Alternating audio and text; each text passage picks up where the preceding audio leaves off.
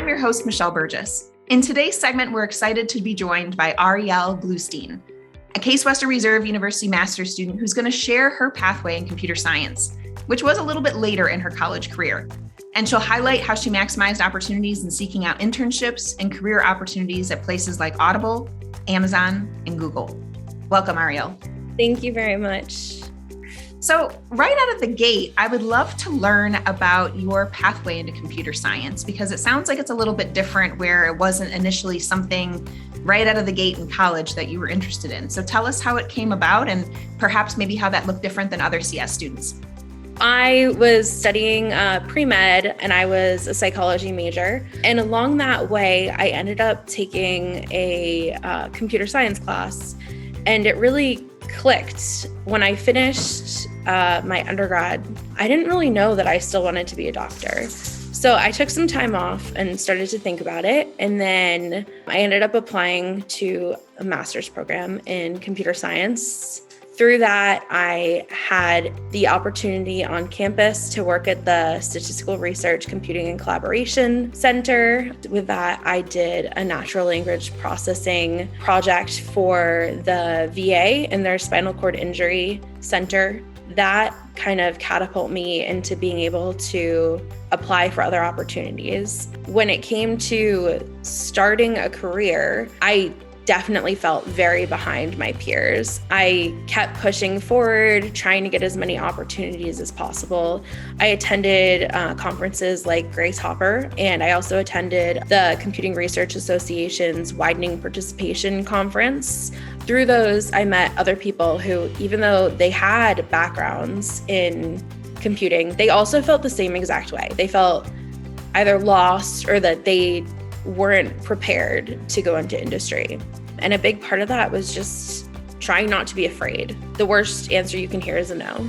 Just trying to apply for everything I saw, trying to make the most out of every opportunity that I saw in front of me. The Grace Hopper celebration, I spent a lot of time in the career fair. I interviewed with a few companies, and some went well and some did not. And through that, I was able to get my first internship at Audible. Excellent. And then what followed after the internship? What were some of the next trajectory steps, whether it was additional internships or career moves? After that, I received an offer for full-time in Seattle. Unfortunately, due to some changes in VPs, they no longer could give me an offer in Seattle. They told me I could be on the East Coast, but my partner is located in Seattle. So I really wanted to get myself to Seattle. So to do that, I spoke to the team at Audible and was able to get that offer transferred to an Amazon offer because they're an Amazon company. It was definitely a difficult process and something that isn't usually done, but it was something I was able to accomplish. Again, if you ask, the worst that you can hear is no. Throughout my career, I've been a software engineer, so I always had that as job title. As an intern at Audible, I got to work on creating fuzz testing for Audible on Alexa. So I got to work with basically Alexa devices, figuring out if you were to say, please play me Harry Potter book 1, if that's going to play the same thing as Harry Potter and the Sorcerer's Stone.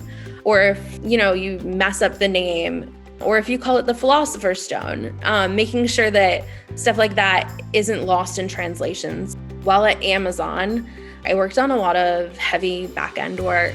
I did what's called job run orchestration. Basically, when people want to input data or gather data, they have to set up what's called a job, and that is a request to input certain data or take out certain data.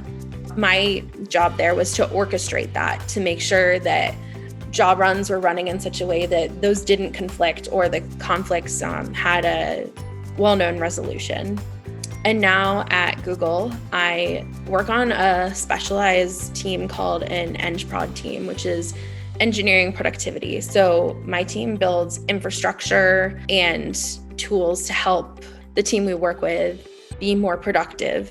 There are 10 of us engineers for 250 engineers on the other team. And when they're struggling with either things aren't running correctly or there's a breakdown in infrastructure, that's something that we get in there and we either rebuild it or we fix it.